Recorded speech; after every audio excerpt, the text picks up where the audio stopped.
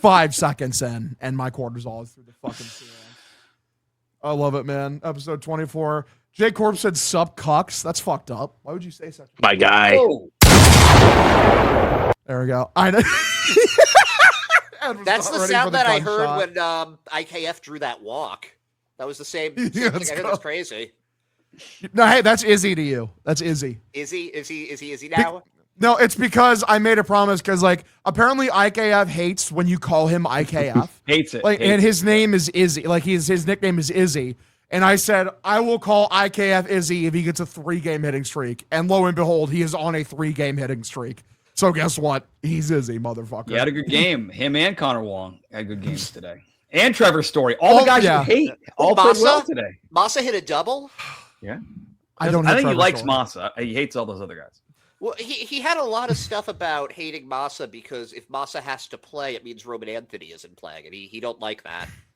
That still is asinine. I don't care.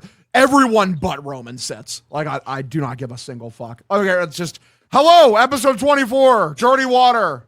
There's no countdown because I'm leaving all that other shit in because it was hilarious. I'm Hogdale. I'm a guy. I'm a person. I host the show sometimes, most of the time, every fucking time. I have a big announcement. I'm sure you saw some in the tweet. We have a new official member of the show. Obviously, you're well aware of him if you've known me for a very long time. Good friend, a big brother to me.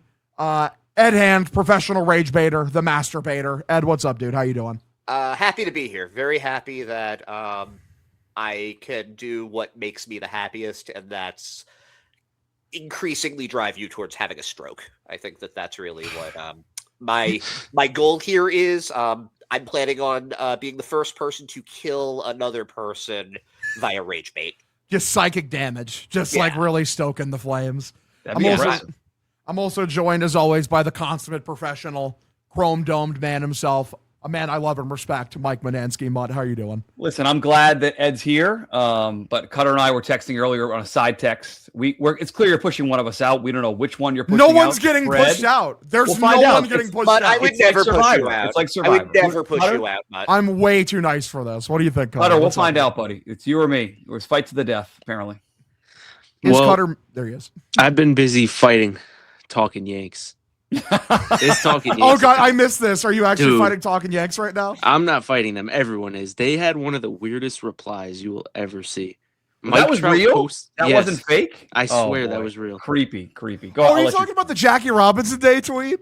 One of the weirdest tweets I've ever seen. Like Mike Trout was showing his appreciation for like Jackie Robinson and wearing the number 42, and they replied with, "Yeah, Jackie was cool and all, but it would be nice if you could be nice to the Yankees today," or something like that. What an odd tweet. That's just an odd thing to say. An odd account. It's an odd. It topped their post from a year ago where they were like, "This is our I'm glad he didn't die in a DUI award going to Aaron Judge."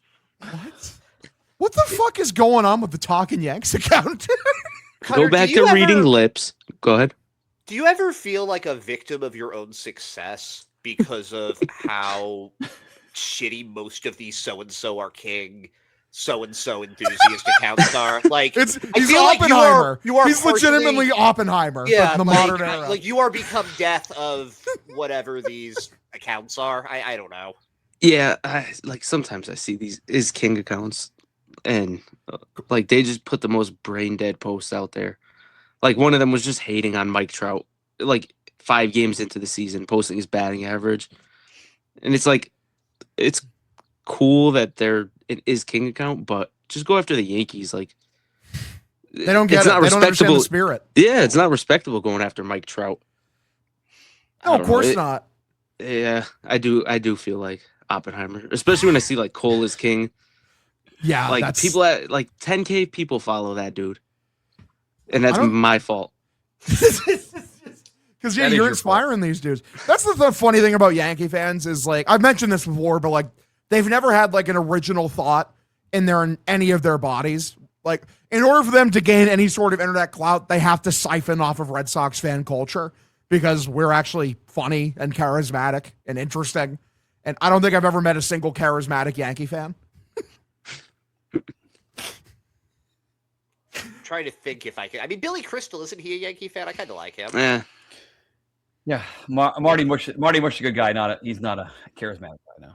I love Marty. Marty is a good guy. Marty is a genuinely good dude. And I give those guys shit, and I will continue to give them shit about Spencer Jones. And I am very happy that the Yankees have just been on a streak of just awful baseball. It's made me feel a little better about the Red Sox openly trolling a good percent of the time this year. But man, like guys, it's funny because the Sox lost the series against the Twins, which is bad, but they did win on recording day, which is good.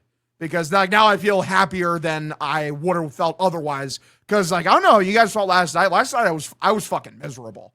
Like that game was a nightmare to watch. How are you feeling about going after game 2, Mutt? Yeah.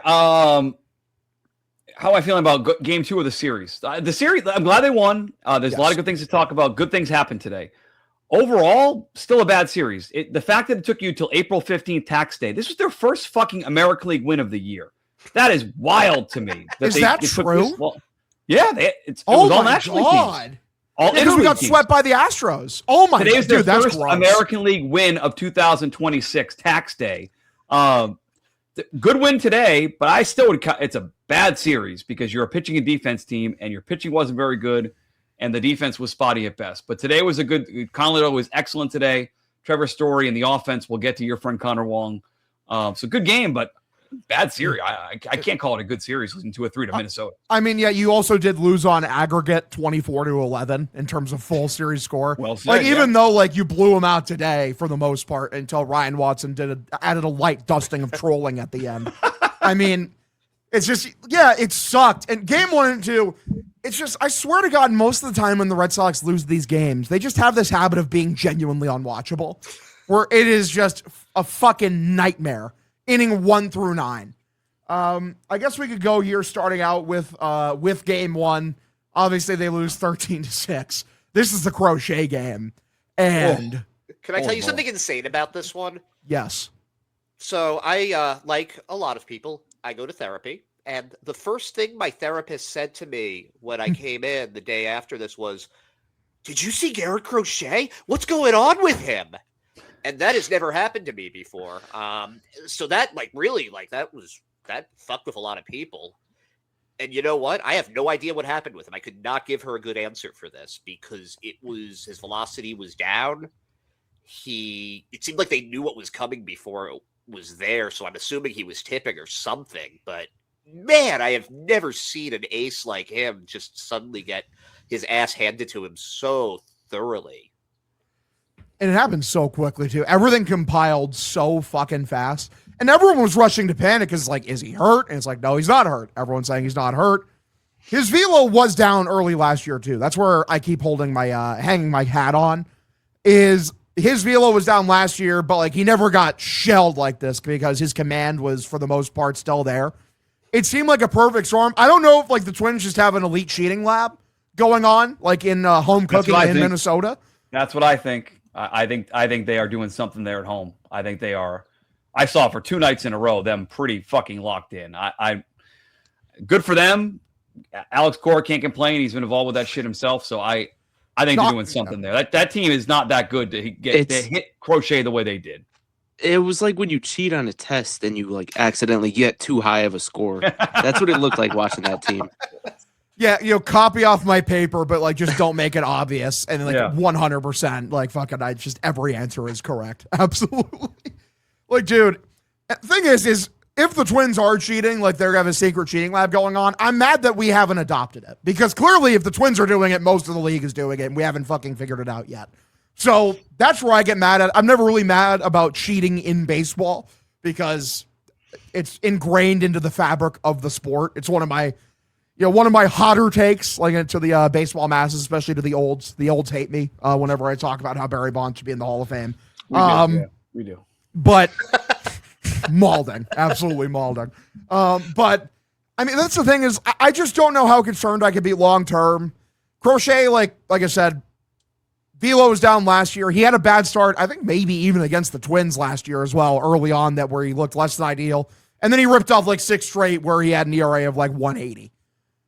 So I'm not super worried about it, but Cutter, are you worried about Crochet long term? No, but it's not good. It's not good. It was like, obviously you're not hoping he's injured, but you wanted some type of reasoning as to why it happened. Like when they were like, he's not injured, I was like, okay, so what is wrong? I mean, obviously you could have a bad game, but he looked lost. And like we said, against a team that's really not that good. I mean, the Red Sox made the Twins look like they were good. That's for sure. Am I misremembering this, or didn't they just beat the shit out of the Tigers also? Like, They did. Scooble got lit up. Is that a fever dream? Yeah. Scooble and Framber. Yeah. Apparently, like the Twins are just demons against left-handed pitching, especially, which honestly makes the early start in Game 3 even more impressive. But yeah, I mean, dude, they've been stunting on elite pitchers this year, and I'm curious. I'm curious to see what the deal is with that. It makes no sense to me. I will say, like, the only positive of Game 1 is like at least they were still scoring. Like they put up 6 runs. It's like, hold on. Can I tell you why I don't care about that? Hold on, looking something up. You real quick, just to finish off the Minnesota cheating thing. Guess where they won those games, by the way? At home against Detroit. All home cooking. 22 runs over 4 games against the Tigers. They're doing something at home. That's what my point is. Sorry. I agree that something could be fishy with it, but at the same time, the Red Sox fucking suck. So like, I don't want to give credit to the Red Sox by saying the Twins were cheating. Maybe sure, Tigers fans go for it, but I mean, like watching Crochet throw 93-mile-an-hour fastballs right down the dick, and then being like, "Well, they're stealing signs." I mean, I couldn't bring myself to it. He also had no locate when he wasn't throwing it down the dick. He had no location, could not spot anything. So he was terrible. But I think they're doing something. They're too good at home with that lineup. I'm sorry. They weren't offering it any of his breaking shit either, which is well said. It's not. It wasn't good. Honestly, I mean, good job from the guys that were in the bullpen to, not be completely horrible, except for Ryan Watson. Ryan Watson, you are not long for this team, brother. I mean, I just don't. He's there to eat up worthless innings, and that's it. But he doesn't do it as effectively as my beloved Chase Anderson from a couple of years ago. Chase Anderson is the guy, I swear to God, I'm always just looking for the Red Sox to find that guy. Well, you must be very happy about Game 2 then, because his reincarnation is apparently here.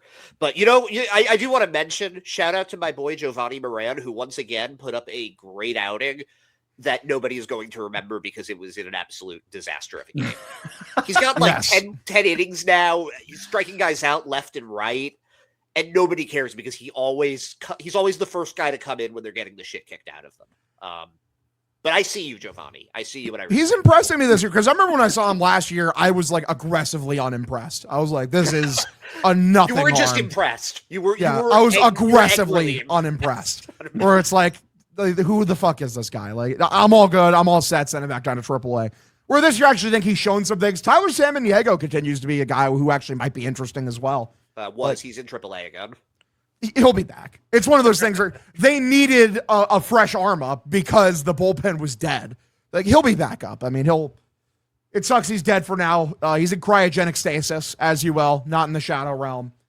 I'm trying to even remember the offensive performances. This game got so bad, I literally fired up Pokemon, Radical Red. I'll give you some. Jiren Duran homered. And again, cool. Here's my old man take. They're getting their dicks kicked in. And he's walking around going around. He does this at one point with his Red Sox jersey. He's going, and then he goes and puts the Wally helmet on and wears it for like 5 minutes. He's just sitting in the dugout wearing the Wally helmet. It's like the score's like 13-3. Suffering from success. Let's focus on, let's get back on the field here. I think Caleb Durbin had a big hit in that game, Hog. It was in a blowout loss.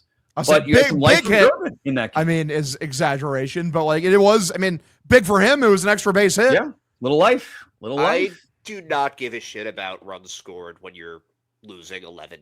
The other team's pitcher is just trying to throw strikes. You know exactly what's coming. Fair. Like I listen. I am all for people padding their stats. I love me a good stat padding. I think they should have done more of it today. But I do not take any solids in them getting 6 runs there. I was curious what Cutter thought of that Trevor Story play where he fell down and he threw his glove and the ball at the same time and it went past second base. Was that a good play at short, Cutter? Dude, the glove literally went further than the ball. What are we doing? Like, what are we doing? Why is this guy our shortstop? Sure, he's hitting. Sure, he has 17 RBIs, 18 RBIs, whatever it is. Cool. Why is he playing shortstop? He is the worst shortstop on this team. And Jets, I mean, because the battle between him and IKF is genuinely close, like defensively at this point. Shit. It really, really is. I think ICAP's probably better defensively. It goes, he's the third best shortstop on that roster. That's a good point. Yeah. Bare minimum, he's second. Like Meyer, I think should be probably shortstop. fourth. You think Sadon could still play a decent shortstop if they I mean, if put we're him going there, we're going fifth because Monasterio above him. Because I'd rather see Caleb Durbin play short than Trevor Story. I said it. Stop. I said it.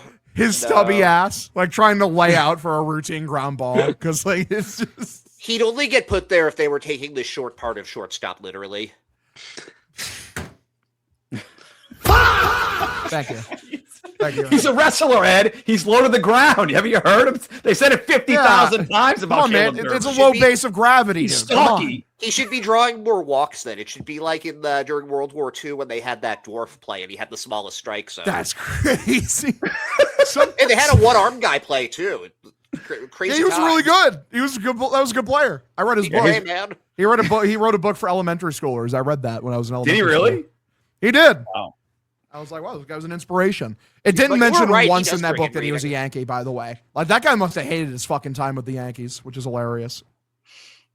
How much money is Big Reading giving you to push this on us?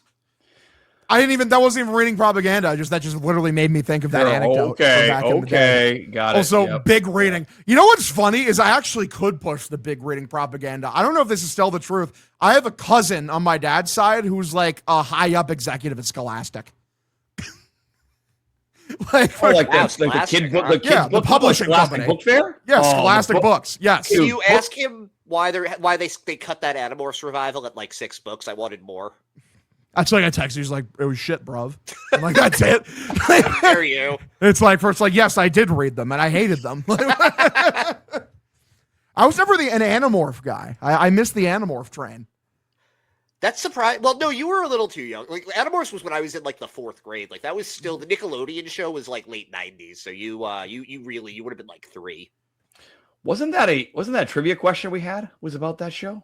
I think so. About the Maybe. Animorphs? I wouldn't be surprised. I think there was. Yeah, Dude, I Survived. The I Survived series. That's it. Yeah. You know that, Tiger Hog? bag. I think I do know that one actually. Oh, yes. you guys are too old for it. No.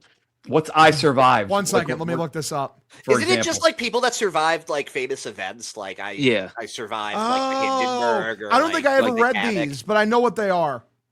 Dude, those were the shit when I was young. I read, survived 9/11. You're still young. What are you fucking talking about? You're like 13 years old. I'm not reading Scholastic books, Mutt. I don't know. You're young. Mutt still thinks that Cutter is like reading books like for AR, like accelerated reading, where it's like, oh yeah, this one's worth 8 points, so I read it. It goes towards my reading grade. Like this is, it's like, Dude, I love the book fair. Fucking book fair money. You go in, your mom would think you're getting a book and you get posters and games. That was the way. That was the fucking way. Antireading.com. this is fucked up. You're literally a writer, Mutt. Like reading goes hand in hand with writing. barely. You don't have People to read what you I'm write, a motherfucker. blogger. They newsletter. still read that. Yeah.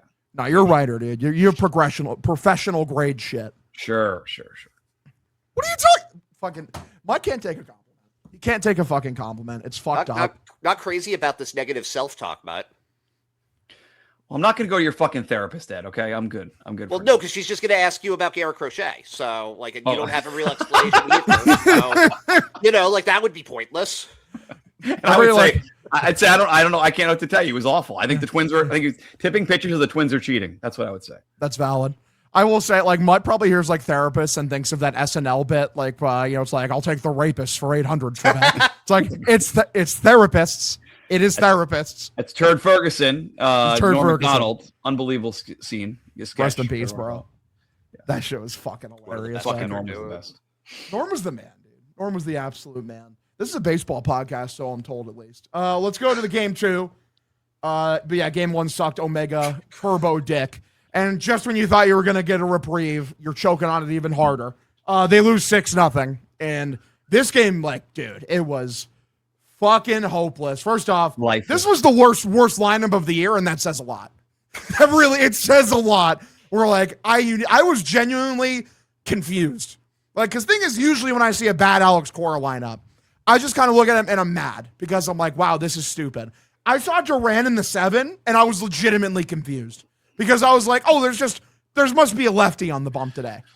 There was not. It was Mick Abel. It was notably a right-handed pitcher. And I'm like, what do you mean? Jiren Duran is in the 7. He just hit a home run and like was building on great exit velo numbers the night before. I was so perplexed. I was vexed, brother. Like, what? I don't get it. And Monastery, I don't know. I know what you're talking about there, even though the Monasterio kind of just came out of nowhere. I do know what you're talking. But really, you didn't expect them to get totally shut down by Mick Abel, the great Phillies prospect, traded for Joe Duran as part of a package. You weren't expecting him to look like peak John Smoltz. It was fucking lifeless. That was the word you wanted to use. So that bad. Offensive performance was lifeless against Abel in that spot. Terrible. 2 hits for Massa. I'm just gonna say, like, no, Massa's been consistently the best like hitter on the team. Like, it's him and Willier, and Willier's starting to go cold recently. Well, for the production, Trevor Story's right there. RBI production, run scoring production. Trevor Story's. Trevor Story has more RBIs than hits. I believe that. True. I believe that. Which does say something about how much they're getting on base in front of him. It's just funny that you take him out of the number 2 spot because you don't want him to be in pressure situations, and now he always has like runners on the corners, and he got the home run today, which was great. Yeah, he had a just great game today, like in game 3. Genuinely, I had no complaints for it. There wasn't even any defensive terrorism, but like, dude, thing is, the offense and the lineup were bad. Obviously, Sonny Gray was such a whatever bad performance, dude. What was going on after the game with that, though? That was so weird. Like, did you guys see the interview with him after? I saw your post. See if they're going to address the Duran stuff in the post game, and he was shockingly what is the word? Out of it, negative self-talk, Ed. Like, he was like, I don't think I've ever seen an athlete talk like that. Like, how weakly and meekly he was talking. Does that make sense? No, it makes absolute sense. I was very confused by it. Like, I feel like they have people that coach them on how to talk to the media. That seems like that's the sort of thing. Maybe don't do that. I mean, I just don't know where, because like, obviously, and this is where my fire alarms start going off, because Sonny Gray, the only horrible year in his career he ever had was when he was in New York. Yep. And it's that media environment is crushing, and the fan environment can be crushing to the wrong kinds of people. Now, I don't want to jump to that conclusion. I'm going to give him more time before I'm like, uh-oh. But like, I see a reaction like that after a rough game, and I'm thinking to myself, yikes, this could be an issue. Like, I'm marking that in my brain, and that this is not good. He shoved the 2 before, at least. Yes. So you know that he has it in him to still be an effective pitcher. Yeah, the Wednesday before, it was great to watch him pitch a lot. Like, he's got that ball that moves like crazy, wiffle ball. I know he had a bad first game defensively, but since then he's fielded the position well. I like watching him pitch, but he had that balk early in the game. Like, that was a bad sign for him. So I'm with you, Hog. Like, I wonder, team lost 2 in a row, a lot of pressure on, like, go get a win, and he kind of crumbled against the Twins. But they might be cheating, so I don't know. Sorry, you think they're cheating against Sonny Gray? What'd you say? I said, you think they were cheating against Sonny Gray? Yeah, they had to be. That's the only thing that explains it. Absolutely. Maybe he has some demons that he left in Minnesota. There was a genuine bright spot though for this one. Like Sonny Gray sucked, but you got your dream of our garbage time innings eater being reincarnated. Jack Anderson, my beloved. I loved him. I thought he was great. He was great. Good story. I turned game 1 off after the 3rd inning. Valid. And I turned game 2 off. Is that the end? That just turned it off. They gave up the first run, and I turned it off. It was over, and you wouldn't have been wrong either. Like, it's all down here from here, all downhill from here. You know what's funny is that up to that point, up till game 3, the Red Sox had not won a game in which the opponent had scored first. Say it was the first game where they bucked that trend. Wow. And an American League win the same day. What a day for Boston. Wow. Monumental day. Did you have the same feeling when that home run, I think it was Martin hit that home run in the first inning? It was just like, oh God, here we go. Yes, again. yep. And Today, yeah, I thought they were going to get blown out again, yes. Yeah, that was not great. Because the vibes are so bad. And like honestly, this leads into something like it's like a wider, big topic issue. Because like I've been bitching about Alex Cora a lot this year. And I bitch about Alex Cora a decent amount in general. What does he do?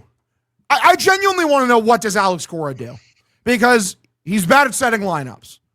He's bad at managing bullpens. And the vibes are basically horrendous. There's no leadership in the clubhouse. And the vibes after a little losing streak here, after you won 4 or 5, like a little losing streak comes out and like Sonny Gray's fucking depressed, like looks like he wants to crawl in a hole and die. And like everyone is just like in the toilet in terms of emotion. So if that's all management is, I've just described all 3 aspects of like what you need to do as a big league manager. You set lineup, manage the bullpen, keep the vibes up. 0 for 3.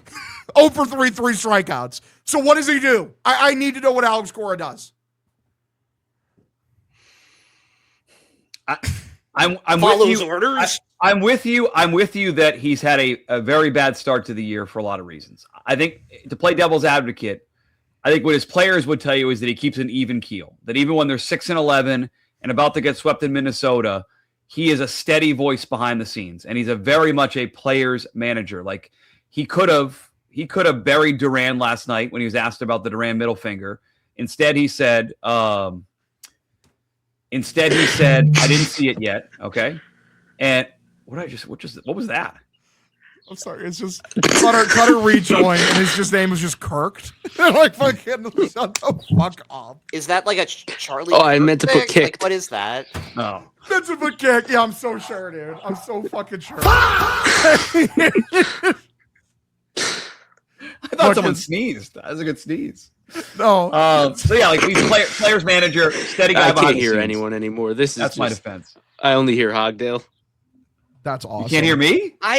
Shit. Ed just muted himself. I don't know. I was a big defender. It's just me and you for a long in time, my ear.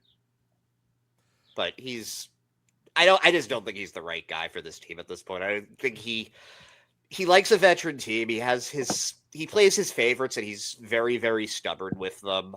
The thing with like the lefty righties that Marcelo Meyer just isn't allowed to start against a lefty, it drives me nuts. I don't think he's a bad manager. I just don't think he's the right manager for this specific team. Yeah, I tend to agree. I mean, where's your leash at with Cora? Because me right now, if Alex Cora got fired tomorrow, I wouldn't cry. Like, I really wouldn't cry about it, to be honest. If I'm just giving you my truth serum, like. Well, who's the alternative? Who's replacing him? Not Jason Varitek. I'm fine with that because I decided the same question about Cora you have about Varitek, or same thing. Like, what does he do? He's a captain. I get it. He's a star, but like he's the running game coordinator, like first inning guy, and they get their dicks kicked in every first inning, and the run game is not great. They don't run enough. So, I would. If I'm going to fire one of the two, I'm firing Craig Breslow.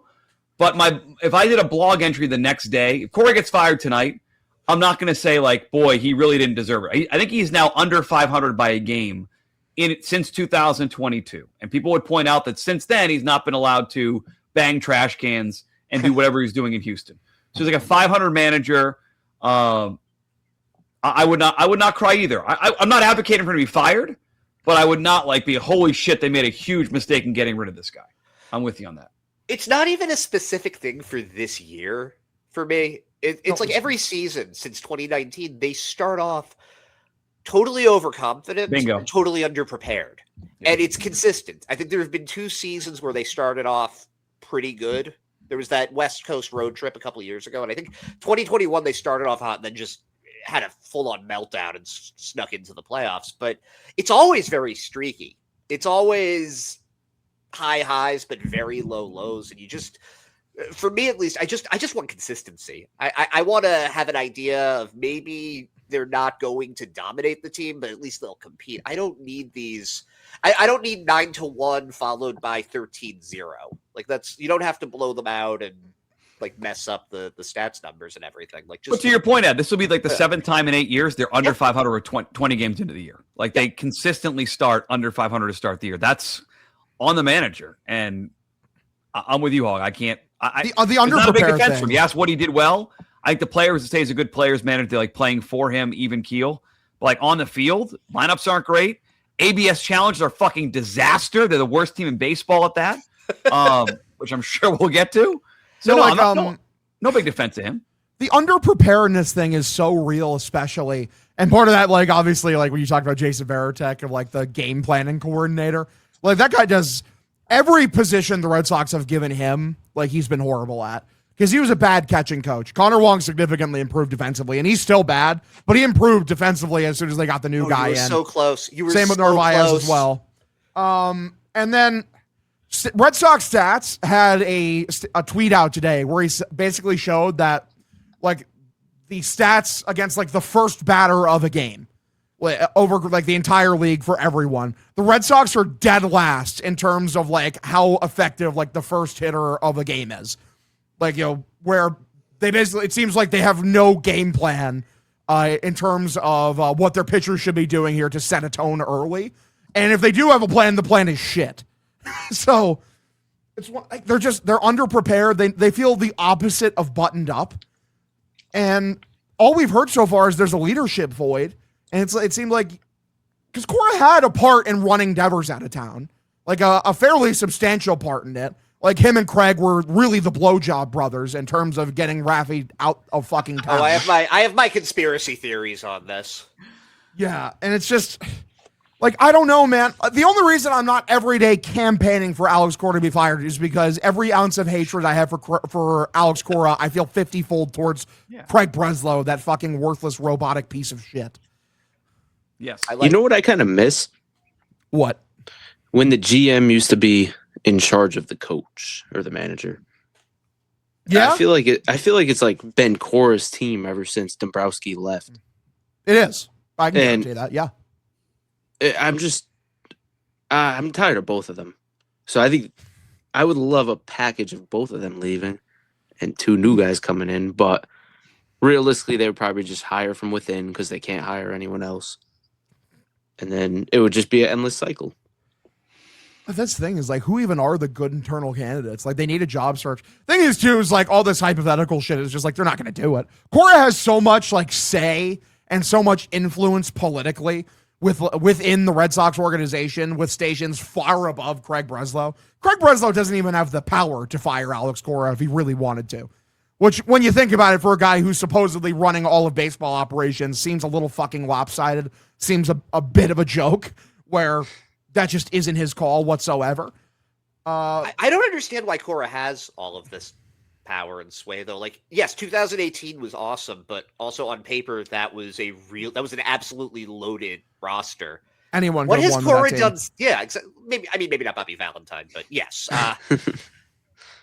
Ever since then, has he done anything to indicate to you that he can take a team all the way? That he can? I mean, I hear people wanting him to do the Brad Stevens move. Like, have you seen anything to indicate that he can build a roster? I haven't. No, Well, I think lost. I think the Red Sox, Ed, want to do that. I haven't seen a lot of fans do it, but I do get the sense if Breslow gets booted, they're going to move Cora up to the front. It's going to be a disaster. But he's already alluded to that, like, I could do this, and I've been around the game, and he's planted that seed. The team has. I disagree. They would have. Cora would already have that job. Cora, for the longest time, has indicated he doesn't want to be a manager forever. That's not his gig. And during the GM search for Breslow, the rumor mill was that Cora was up for the job. Like, the rumor was Cora wanted the job, and they didn't give it to him. Wow. So that's the thing is, like, I think the Red Sox, like, they're like, we like you, but we don't like you as the guy who runs the team. Because, again, I have no faith in Alex Cora's talent evaluation. Do you see the fucking lineups he sets with the talent he's given? He thinks Caleb Duran is fucking Dustin Pedroia reborn. You know, shove him in the 2-hole every day. And like, I'm getting the reputation now that I hate Caleb Durbin. I don't hate Caleb Durbin. He's not a two-hole hitter. At his best, he's not a two-hole hitter, let alone when he's at his worst. Yeah, no, you don't hate Caleb Durbin because I don't see you. I don't see the foam and the venom for him. I think you pity Caleb Durbin. It's not like when you see Trevor Story playing defense and like I can just see like the hatred seething out of your eyeballs and your nose. You know. I hate Caleb Durbin. Yeah, I don't love him. I thought he'd be. We'll see if he's going to figure it out at some point. But he's still a nice NL Central player. He's not like a third baseman. The thing is, like Trevor Story was the worst hitter in baseball for 2 months, and then he figured it out. Yeah. Like I'm willing to give Durbin at least a month of being like the worst hitter in baseball before I'm like, hey, you're forever terrible. Get the fuck off of my baseball team. You want to know why? You want to know what Cora does, Hog? To your point, like players manager. Monasterio should not have played today. Maybe you were being somewhat facetious with your tweet last night, but like that challenge was so fucking bad. He should have been benched. It was the worst challenge by any player this year in Major League Baseball, by any batter. Some bad catchers ones, some bad manager ones. Some multiple bad Ben Rice ones. Yeah. Right down the dick. And he challenged it in a 2-2 spot in a 5-0 game, whatever it was. And he had to sit there and eat it. And it was the one funny part of the game. It was enjoyable to rewatch and watch again. Monasterio sitting there with his rec specs on like, oh, shit, what's it going to say? Right down the middle. He should not have played today, but Cora's a player's manager and he played him. That's what Alex Cora does. No, that you're right. You're absolutely right about. And I did mean that in the moment. When I saw that challenge, I'm like, get him the fuck off the field. Sit him down. But like also, like that's a Cora thing. Why is he empowered to do that? Why is Monasterio empowered to use ABS in that moment? Especially like clearly he has no idea what the strike zone looks like. Because, dude, that was right down Main Street. I don't know what else to say. That's one of the worst challenges I've ever seen. And obviously, like ABS hasn't been around that long, but dude, I don't know what else to say. Horrible. But I have a question for you. Going back to what you were saying about the Red Sox wanting Cora, do you think that it's because they think Cora is good, or do you think that it's because no one else wants the job? B. More B than A. I mean, again, Breslow was the 10th guy on their list, basically, or they got to him because so many people said no or didn't take the interview. And they like Cora. They know what they're getting with Cora. And I think John Henry thinks he can sort of control Cora. I get the sense that if you told me that Cora is not making the lineups every day and he's getting input from other people, I know Hog's point is that he makes shitty lineups. I would not be totally floored. I'm not disagreeing with you, but I would not be totally floored if it's like the Tampa Bay situation where he's getting some input about what guys to play and what not to play. I can guarantee you with 1,000% certainty, Alex Cora is the one making the lineups. I can guarantee that. I've checked in on this because people push back on me. Some people are like, Craig's making the lineups. Like, no, he isn't. And it's like, yes, he is. I'm like, 1 second. No, he's not. Like, it's Cora making the fucking lineups. It was clear, like in Tampa, Kevin Cash was not making lineups there. 100%. Someone else making a lineup. So I think they like the control over Cora, and he's a known commodity, and he would take the job. Like, there were so few people that wanted the job. Cora was the guy they knew that would take the job. So more B than A. Where I'd push back is I don't think that's true for the position of Red Sox manager. I don't think that's true. Red Sox manager has a long leash, especially if you know how to play the political game. The argument I'd make with Cora is he's played the political game. Like he's friends with John Henry. He's friends with Sam Kennedy. He's friends with Tom Warner in a way that Tito never did. Like Tito didn't want to play the political thing. He just wanted to manage the fucking team, and it eventually bit him in the ass, and it got him fired. Like Cora's been here for 8 years. 8 years now, right? Like 2018. With that suspension in there too, which might even be another part of it because how much they brought him back there on that. Yeah, they brought him back. But is another team going to take a chance? Like, is there going to be another manager job out there for Alex Cora with a different organization? I don't know. Does he really have the track record at this point? His equity among old school baseball guys is high enough where he'd find a job. Like, I don't know if it's the best job ever, but he'd find one if he really wanted. Otherwise, he'd just go back to TV, which he'll be really good at. I think it's A. I think the league, like Hogdale said, I think the league thinks highly of him as a coach. He's what is he, the second highest paid manager of all time? Like he's making $21 million in the next 3 years. You don't do that to a guy that you think you could just puppet around. I mean, I'm just thinking about when he got that extension and the team was red hot going into the All-Star break. And as soon as he got that extension, they just imploded. That was that Rockies series that they were going to fight, like Cal Quantrill was going to fight Reese McGuire or something. Yeah, that was to your point, like you mentioned them starting slowly. How many times have they had like terrible early second halves? Like they come out of the All-Star break or trade deadline. Horrible and they just fall in their lethargy. face. Yeah, anytime like where it's like, the Red Sox will be re-energized. They've had meetings and they're going to come out and blow everyone away. And no, absolutely not. Like their preparedness is so low. Like, yeah, I mean, I think the Red Sox could easily find an elite manager. Where the problem they have is president of baseball operations, is head decision maker. That's where their reputation is in the shitter. Where, yeah, every 4 or 5 years, you're getting fired. You're getting absolutely shit canned. The Red Sox, do not have time for you. And I'd argue that's because that position is butting heads more directly with John Henry. Like, that's the position where you're interacting with Henry more often than not to sign off on the biggest decisions. He's not going to leave you to... He'll let you do, like, the day-to-day minute stuff. He'll let you throw $6 million at IKF. But in terms of, like, signing big extensions, you know you're talking to John about that. Of course you are. So, like, that combativeness eventually leads to dudes getting fired. Like, John Henry felt like he got duped by Dave Dombrowski in signing that David Price contract. Therefore, he got fired. We're never going to get it. Well, no, I used to say that, but they signed Ranger Suarez, so I guess they're not that afraid of signing big lefties that are over 30. But only when they're being embarrassed on a national scale because they just failed to pay Bregman. Yeah, Rosenthal was pantsing Breslow on a daily basis. Yeah, it was once he missed out on those guys, he was forced to do it. And to your point, Hog, like you mentioned, like decision maker. Is anyone here? Would you be shocked if like Theo has helped make some of these big moves, like the Crochet trade? I wouldn't be shocked if that was the case. Don't we know that he did help with one of them? I forget which one it was. Yeah, wasn't it the initial Bregman signing that Theo helped push that over the line? It might have been with John Henry.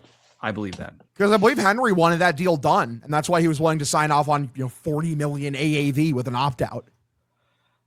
Well, he did smoke a cigar afterwards, so he was definitely happy about it. Clown. Clown. In the Barstool store now. Thank you, Dave. John Henry clown shirt. Genius. On sale now. On sale now. I got to pick one of those up. I got to pick one up for sure. What are you wearing today, Hogdale? I just got a plain black shirt on right now. That looks great on you. Got black Air Force energy, I think is what the kids say. Like, that's what I'm bringing today.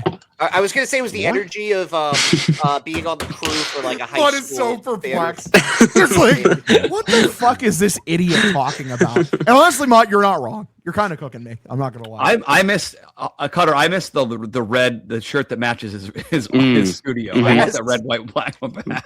The floating head shirt. I do love that shirt. That shirt is awesome. It was probably too warm in Iowa today. You couldn't wear it. It's a nice day. Couldn't wear it. You need a very nice day. Thunderstorming like a motherfucker around here. Got tornadoes and shit.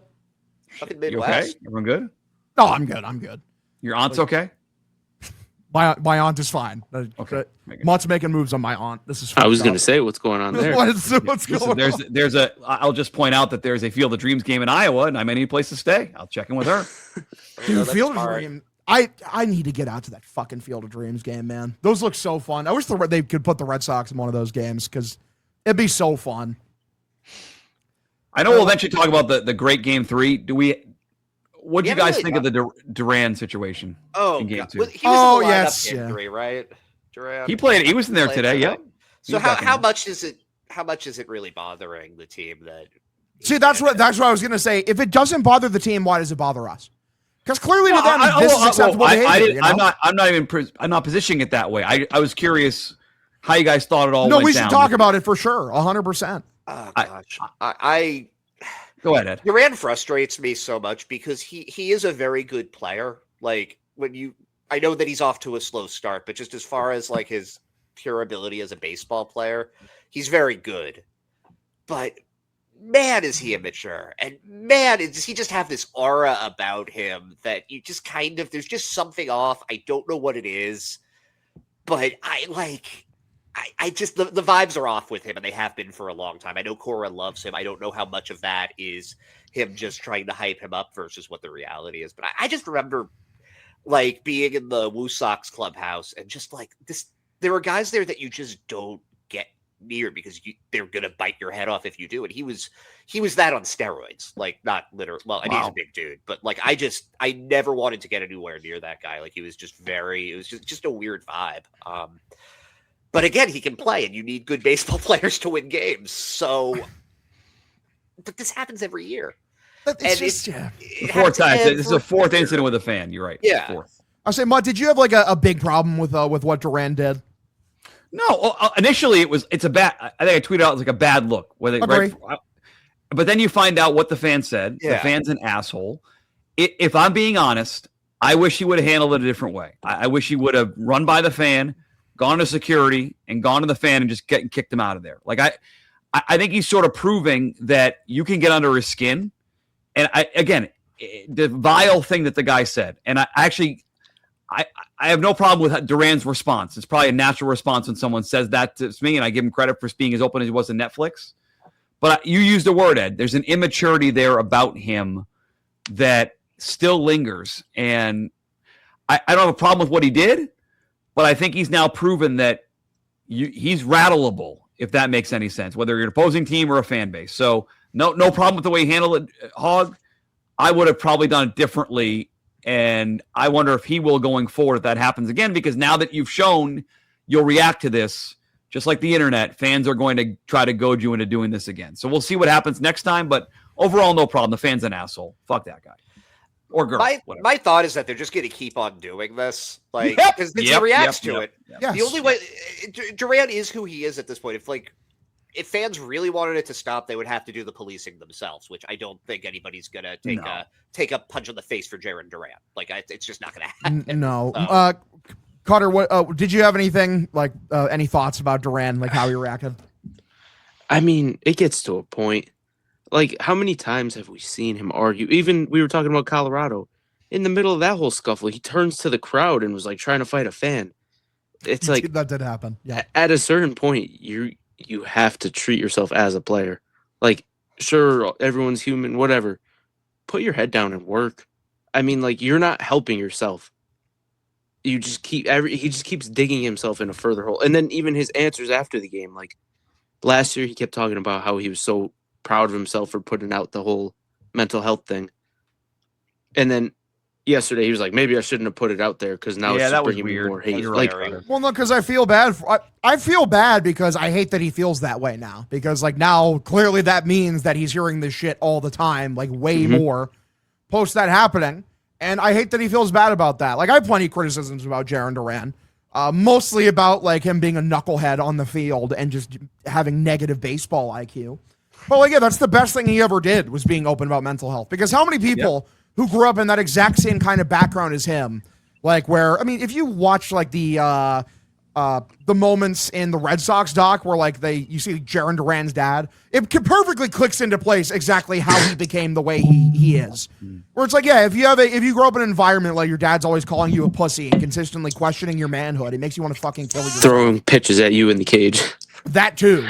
Where it's like, yeah, man, like there's so many people who probably felt so seen by Duran saying that, and he probably helped so many dudes who thought they were alone.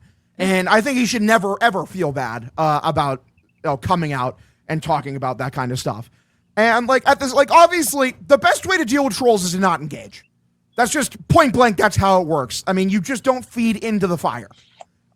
Like sometimes I'll do it if I think it's funny. Like someone told me to fuck myself and die today just randomly in the DMs, and I was just like noted because I thought that was funny. Like I laughed, like that, just noted.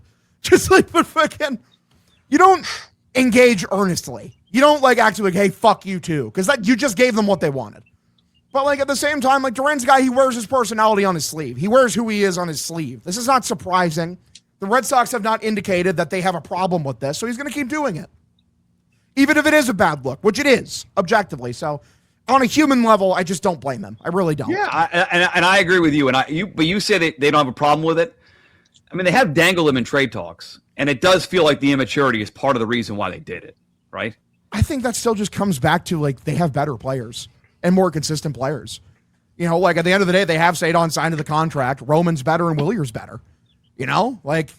Yeah, but hold on. You can say Willier's better now, but not how many fans out of 100 would have said that Duran's a better player than Wilyer coming into the season? Wilyer's been awesome to start, but I don't think that was the This year, I would have said so. I like Wilyer Really? more as a player. I think he's more consistent. I think he fits the team better. I think it's Williams just- grown more, yeah. I mean, I love him because I love him as a right fielder. I think Duran thrives in center, and then if you put him in left, he's just for some reason plays down. Though he's been better this year, and he doesn't have the arm for right field. And I just think for fit wise, I like Wilyer. I think Wilyer's a more even keel guy. Obviously, like you said, to point in the personality way. I think they dangle Duran because he has of perceived trade value around the league. He has the highest, other than Roman. Yeah, they were who's just trying to sell untouchable. high on him. Yes, yeah, you're right. They were definitely advertising the 8.5 WAR or whatever it was rather than the floor, which is still good. Like, he's still going to be a good player even when he's having a bad year. Last year showed that, but it's just, he's not good enough to get away with the headache that it causes. I think. If Duran was an everyday player in center field, he's a 5 WAR player, bare minimum. That's his floor. That's the thing is but he's not going to play there. Not on this team. They have too many fucking outfielders. He's not going to play every day. And Can I tell you something? Can I tell you What? something that the more I think about it, I think that by putting Cedar Rafaela in center field every day and insisting that he's not allowed to play the infield, you're effectively creating lineups that have one hand behind their back because you can't have your best lineup. Oh, in terms of pure offense? Yeah, I probably agree with that. And is Cedon's defense, listen, him and Duran, center field is both of their best positions, right? Yes. If you put Duran in center and you put Rafaela, I don't know, at second base every now and then, or third base. Dude, you play him at third now over Durbin, dude, honestly. Yeah, if you were to do that, I just don't think you're losing that much. I really don't. And this whole thing where he can only play center field, when they gave him that extension, I was like, great, that's your guy that's your plug-in whenever somebody gets hurt because he can play every position. He can play every position well. I know his center field defense is good, but it just, when we see the offense that this team has been putting up, it's just why are you doing this? Real. Left y'all speechless. Yeah. Floor. Dude, I thought I was going to get more of a reaction out of you. I like him too much in center field. I love him. I He's get it. the best center field we've had since Jackie Bradley. I love watching him in center field. I like good outfield defense. I'd rather have an upgrade in the infield than keep him in center field. Alex Bregman should be at third. Isak Paredes should be at third. There's better ways they could have done it. But eventually, if the offense keeps trying to single teams to death, you're going to get your wish, Ed. And it's going to be Duran in center, Wilyer, Roman Anthony. It'll be Cedon in the infield. It'll be Trevor Story. And they're going to have to do it because the offense, even when they win for long stretches, it is a grind. It is station to station, walk, single. No power, nothing to gap. They'll have to do what you're saying. But for now, I like my center fielder where he is. It's not that I hate him in center field either. It's just given the roster construction where which is bad. Plus is one of your best four hitters and you can't play him every day. What are you doing? I didn't give much of a reaction because I agree with you, Ed. Ooh, Yeah, the big okay. agree I thought- man. Anytime that I have brought this up on Twitter, I have people hate it. I have No, feared people for are gonna my cut your life. head off. Yeah. And because honestly, because on a well-constructed team, you shouldn't have to take Cedon Rafaela, who might be the best defensive center fielder I've ever seen out of center field. But Jiren is legitimately a great defensive center fielder. He's not Cedon, but no one's Cedon except maybe Pete Crow Armstrong. And I will say also, by the way, just shout out in Game 3 today. Just want to throw the barb out here. Roman looked great in right field because he's a great fielder. You dumb fucking troglodytes. Oh my God, I can't stand you people. But it's one of those things where, their lineup's compromised. And especially Durbin's doing no one. He's just not doing himself any favors right now, man. He can't hit. He can't hit at all. And when you look at his numbers under the hood, it's maybe he's getting lucky. He's not getting lucky. He's not getting unlucky, I should say. They're bad. The under the hood numbers are so fucking bad. He doesn't have a barrel. He has not barreled a ball yet this season. That's a real stat. Wow. Same, actually. So we're Zero? tied, is what you're saying. He has zero. Wow. You, me, and Mutt and Cutter all have the same amount of barrels this season as Mutt has Caleb to have at Durbin. least one barrel this year. I'm No, sorry. 0. I have 0 barrels. None. Really? 0. No. Jeez, you gotta I hit keep the trying. case, man. Every night I try. Every night, Ed, I try for a Mutt's son has way more barrels than Caleb Durbin playing Little League get it. baseball, for sure. Way more. He did gap one the other day. Not gonna lie. But he gets to use the Trippy bats, these metal bats, which are that's a different. Caleb podcast. Durbin should be allowed to use one of those. He's basically Little League sized, right? He really is. He'd fit in on my son's team. That was funny as fuck. It's true. He should be allowed. I'm not gonna lie. How much better did that lineup look, even with Wilson Contreras out? How much better did that look today? Game 3, finally, we're Game 3 without Caleb Durbin. Genuinely. I mean, it helps when you have Simeon Woods Richardson on the mound. Like, that guy, dude, he's bad. Sucked. But yeah, and I actually kind of like Rafaela batting second. Like, I don't. Yeah, compared to Durbin. Yeah. Compared to Caleb fucking Durbin. They're just going to keep rotating right-handers in, and for now, he's the guy. Trevor Story got a shot, and then it was Durbin, and now it's – I mean, eventually he will go through an 0 for 40 or whatever. He'll have to move him, but for now, while he's hot, he better bat second on Friday against the Tigers. This is why sometimes I feel like Cora is, like, just asking to be fired because it looks like we're going to see every right-handed hitter except for Wilson Contreras in the 2-hole. Yes, and obviously today he couldn't just because he was hurt, right, which is a bummer. But like I know exactly what you mean because he's yet to hit in the 2-hole this year, and that's the obvious candidate to hit in the 2-hole. I'm stoked for when Nate Eaton gets called up and he's batting in the number 2 hole, just because I just can't wait to see what happens to you, Hug. I hate you. I hate you for even putting it because it's true. It's gonna happen. If Durbin's hitting the 2-hole, Nate Eaton is absolutely gonna hit in the fucking 2-hole. It's his job. Hit lefties, play some good outfield, make some great base running plays. Let's go. I will say Ed pointed out today that like all of my ops were like played very well today. Like I was impressed with IKF. Connor Wong, I was the most impressed I've been with him maybe in his entire Red Sox tenure. How about that fucking bunt? How about the bunt by Connor Wong today? Let's go. Stole a base too. He did steal a base. And like none of the other pussies on this team can steal a fucking base, including Jiren Duran. You leave Massa alone, okay? He's never been caught. Never. It's true. He's never been caught.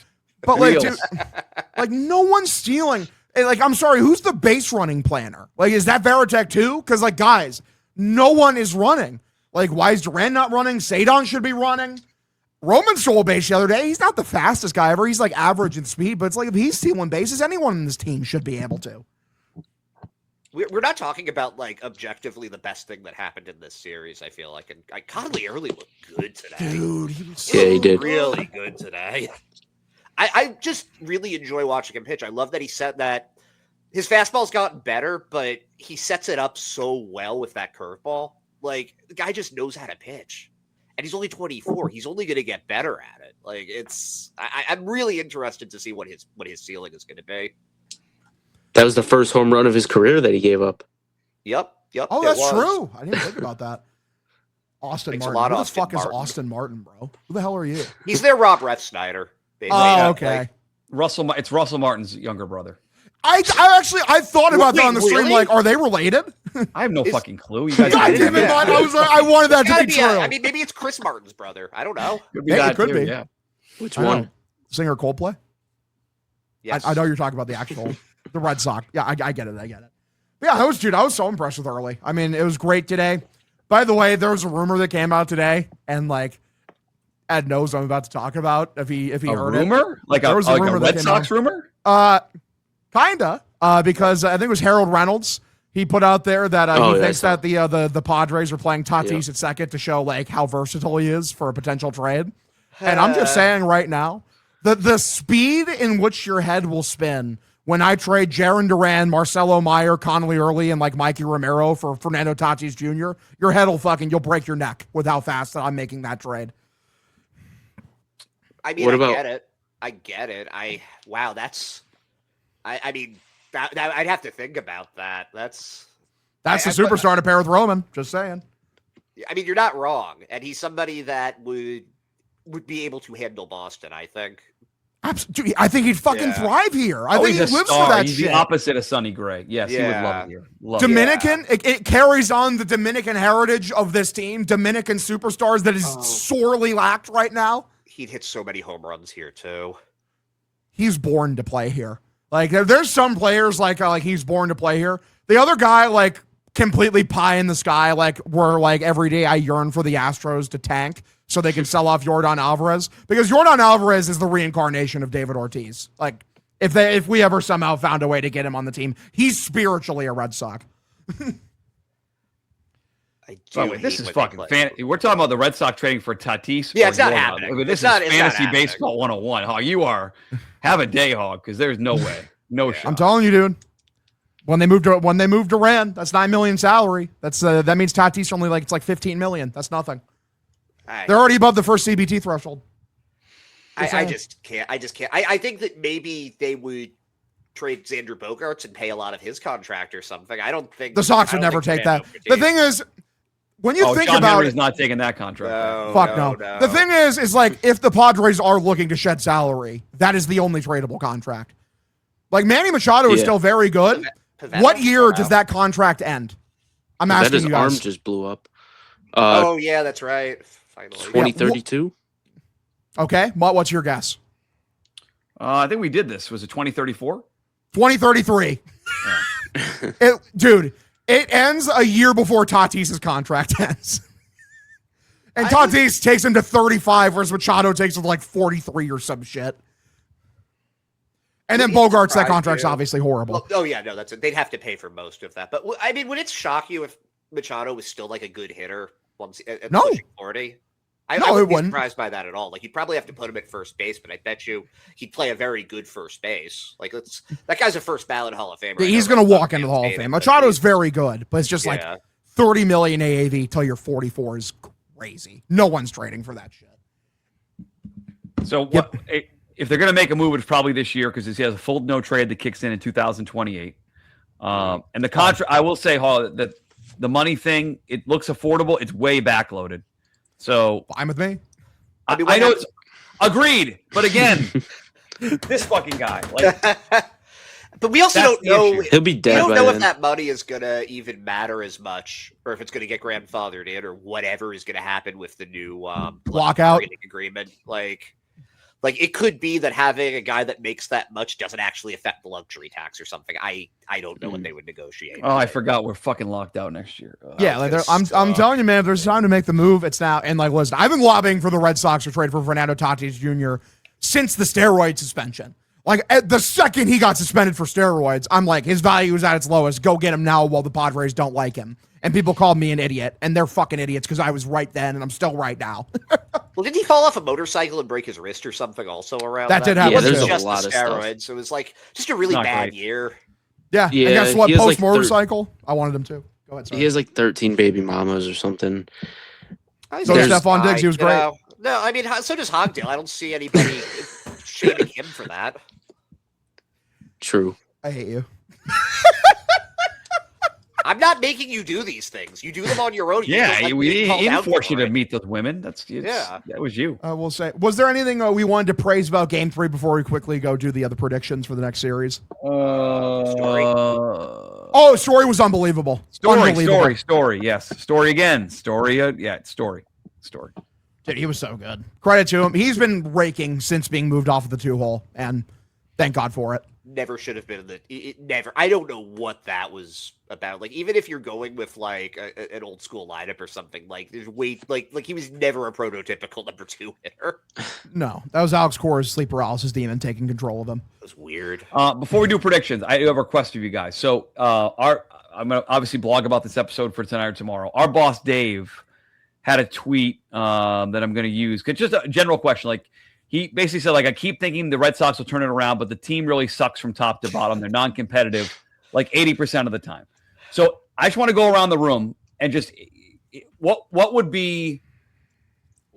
your best case for a turnaround? They're 7-11 through 18 games. They're fighting for a wild card. They're about to face the Tigers. And the Yankees come in, like schedule gets tougher, but just big picture, like if someone said to you, hey, the Red Sox turn it around, why do you think they can do it? Just a quick answer, like what would be your most positive answer? What's the silver lining on they can turn it around this year? The team that was built around pitching and defense learns how to pitch and defend. Well said, Cutter. I like that one. It's honestly that simple. Yeah, I would also add that. Is that the answer for everybody? Is that easy? I would also No. add that the young guys do, like Roman Anthony does what everyone knows Roman Anthony is capable of doing. Marcelo Meyer starts to pick it up. There's a bunch of young guys on the lineup, so those guys start to figure it out. I will say that they've been pretty healthy, which is like Yeah, Craig Breslow is good. Craig Breslow has broken his hand punching the wall, seeing guys not getting injured every day. He's like, my shitty roster construction has not been justified. Like, God fucking damn it. He needs it so bad. He needs Duran to get hurt or somebody. When Sadon took that pitch off the hand, dude, he nutted. He's like, he thought that was his out. He's like, finally. He's getting hit a ton. He got hit like 3 times in the last 6 games. Like, stop. I forgot he wanted to.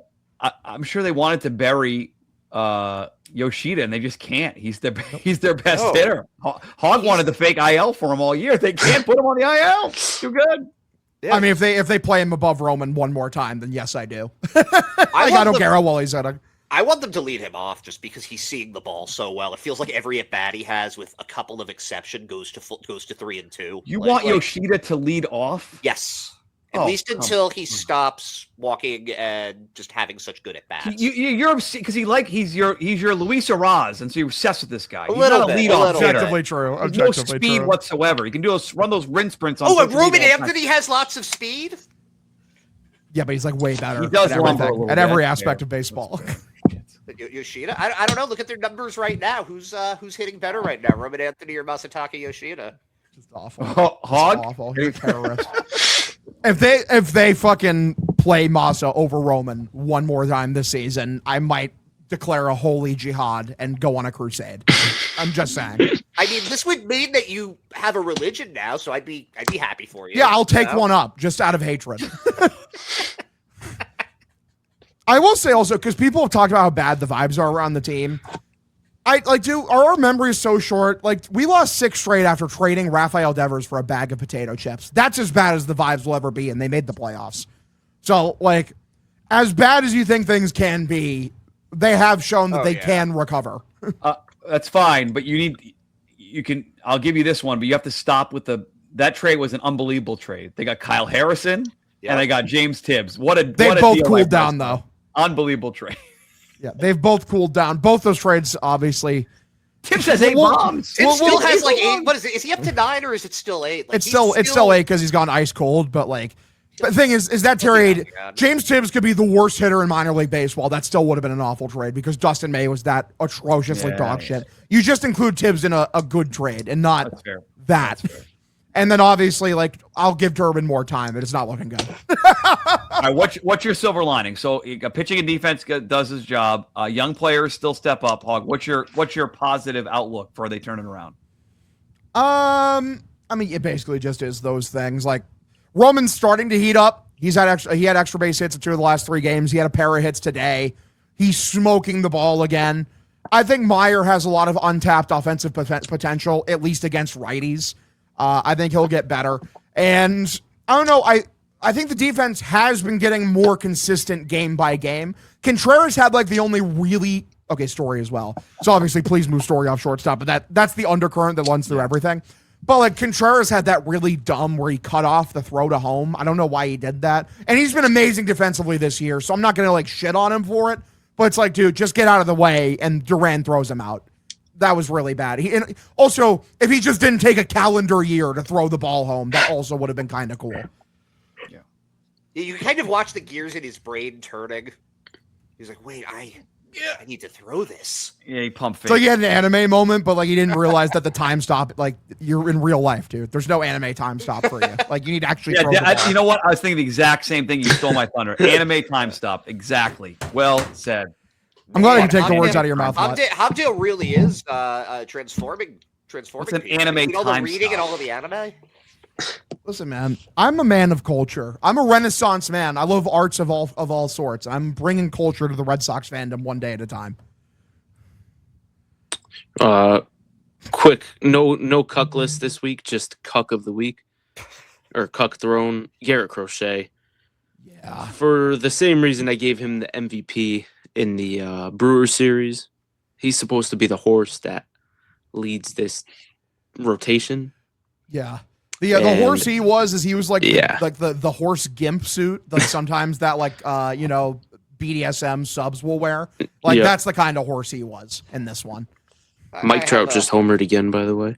But I I have a guy that annoyed me to no end, and I can't really put my finger on it. But the manager for the Twins, he looks kind of like Joe Madden, and it felt like he was like waiting as long as he possibly could to challenge everything, and just taking as much time as the umpire would give. Like I wanted to fight him by the end of the first game. Like I wanted to give him a wedgie or something. Like. I had the opposite feeling. I was like, I want that guy managing the Red Sox. They have the that'd be cool. No, that'd be they cool. have the best challenge record. They're aggressively challenging things. They're running like crazy. They're way outperforming what they should be doing. I like that guy. It didn't annoy me at all. Listen, no problem with him being. I didn't say he wasn't competent. I didn't say he didn't do a good job. But just something about him, I just hate him. I hate him so much. I love that, man. Dude, Whoa, what the fuck? I was pulling up probable pitching matchups. Oh, hey, I'm not even Italian. Oh, I have the Red Sox, but I don't know what. So the Red Sox are pitching Suarez, Bayo, Crochet, and Sonny Gray. He'll pitch on Marathon Monday. The Tigers looks like Scooble, Valdez, Mize, and Flaherty, but it's not 100%. They could kind of move it around. If someone has a final, I looked for it right before the show, but I found 4 TBDs for Detroit. So I also see the exact same thing. Give me 3 or 4. Give me 3 or 4, mostly because there's too many unintelligent Red Sox fans or people who don't have good pattern recognition who say like, oh, the Red Sox only beat bad teams. They have not understood the who the Red Sox play has zero correlation to how well they play. Like the quality of team they face does not matter. Like they just play how they play. Yeah. So they're going to take 3 or 4 because the Tigers, like I think in the grand scheme of things, are a good team. So they're going to do that. Is Scooble lined up to pitch Saturday? Scooble, I don't know which day. Bayo? Oh, are you going Saturday? Saturday, I'm going. I believe it's Scooble Bayo for that game. Okay, so perfect game from Scooble. Yeah, I got a split. Yeah, me too. And that's stretching it. I'm kind of feeling the same way, just because. I don't know. Like, there's nothing. What have they done to indicate that they can take a 4-game series here? Yeah, nothing. Exactly. That's why they're going to win it. Team. And what if Contreras ends up on the IL? They say he's not going to, but I don't trust this team. They said Oviedo was fine with the 60-day DL this week. Did they not like go on a winning streak last year when Bregman went on the IL? Like they were a winning team. Yeah, but they had a. Wasn't Rafi on the team for at least some of that? Bullshit. Yeah, but Roman Anthony's here now, and he's better than Rafi. So consider that liberal. Checkmate, atheist. Man, you really did take the Ben Shapiro School of Debate class seriously. I had no idea. It's like I did that, majored in Shapiro, like with an undergrad, with an undergraduate of like Jordan Peterson. Yeah, definitely for sure. Just the worst guys, you know. Yes. All right, I think we're heading elective. No, God, no. I'm not even that cocked. Shout out to the commenters in the chat. Thanks for hanging out live. Appreciate it. Watch this thing live. You're listening to it on podcast, watching on YouTube. We do this live after these series. Sometimes Cutter wants to do like 10 o'clock at night. We just do it. Just 10 p.m. Just shout out to the guy who said "mutt gonna nut." That just made me happy. I don't know why. I think he said that in reference to me staying at your aunt's house. Maybe not shout out to him. Yes, definitely. But like, is that your catchphrase? Laugh. What's that? Is that your catchphrase? Mutt gonna nut. Sometimes again, I'm looking for barrels, Ed. If I see barrels, I'm whatever it takes. Mutt has that, and then his brand is hashtag Mutt has a gun. Like that's the thing that permeates his entire existence. Is just fucking. All right, boys. Let's go to final thoughts here real quick. Anyone have any pressing final thoughts? Yeah, Talking Yanks doubled down. They replied to their own reply after Mike Trout homered, and they just said Michael with a period. Guys, this is not what gross. Jackie Robinson did not die for this. I know Elon watches this show. Elon, can you cancel their account? Can you shut them down? Suspend them, please? Thank you. I agree. That's insane. Like, yeah, I don't understand that. Like, have some fucking respect for Jackie Robinson, dude. Come on. Anyway, do you have any final thoughts? Mutt gonna nut. Hashtag Mutt gonna nut. It's fair. My final thought is go buy this shirt in the Barstool store. I want to see these at Fenway this weekend. I'm gonna try. I'll be there for one of the games, either Detroit or New York. I Well, don't know if you're there Saturday, it won't be let's link up. Saturday. I don't know yet. I don't know. I Love have it, no man. control over the schedule. None. Fun episode, man. This is a fun one. I think this is our longest episode to date. 1 hour and 16. We had a bunch of thoughts to get out there, just splattered all over the place. I love it, man. Thank you, everyone, so much for tuning in to this installment of Dirty Water. I've been Hogdale. You can find me at Hogdale_. You can find Mutt at Mike Manansky. You can find KutterIsKing at KutterIsKing. And you can find Ed Hand at EdHand89, I think. Whoa. Mention he has a newsletter. Mention the newsletter. He's a Substack guy. Oh yeah. Beyond the Monster. Go like and subscribe and do that for Mutts too. Yeah, never forget about the Mutt Stack. The Mutt Stack is awesome. Mutt Stack is like Atlas holding up the mountain that is this podcast. Like you can't really understand like what's going on with this podcast unless you're reading the Mutt Stack every week. To be completely honest, it is free. Just like I think Beyond the Monster free, or you guys charge 100% free. Yeah, we're free. Free. we are not that sort of publication, sir. Okay. Absolute bullshit. That's Substack. I don't have an OnlyFans. Okay, You're thinking of Johnny Sins, different guy. That's a different guy. I thought that was the rumor you're going to bring up that you heard today, Hog, because that's been going around. Mutt's got an OnlyFans. He's on there. He's talking horse racing nude. It's not happening. At least for now. It's not happening. You know what? I'm not going to go there. But Substack, Ed. You know what Substack? I'm close to going on a national crusade because they have these rankings. Like they'll rank you in there, but they only rank you if you charge people. There's no like, hey, here's the exactly. So people hate charity. That's messed up. True.